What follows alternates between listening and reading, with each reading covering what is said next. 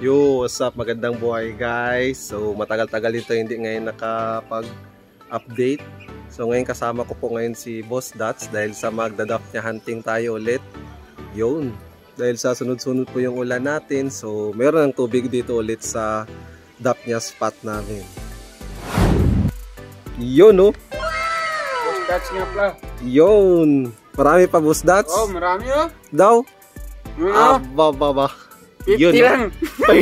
50 lang.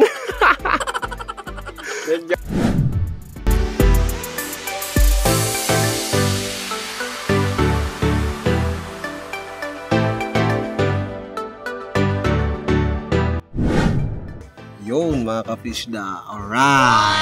Wow. So ito na po yung na-harvest natin. Yun no. Yun.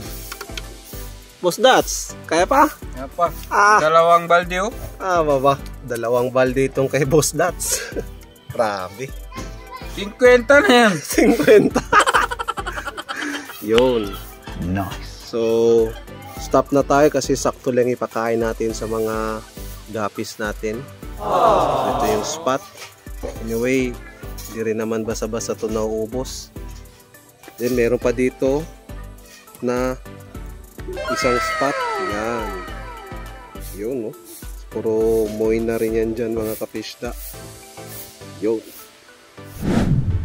Pauwi na. So, solve na namin mga isda natin ngayon. Solve na rin ako. Solve ka na. Yun, mga fishda. Mga fishda to.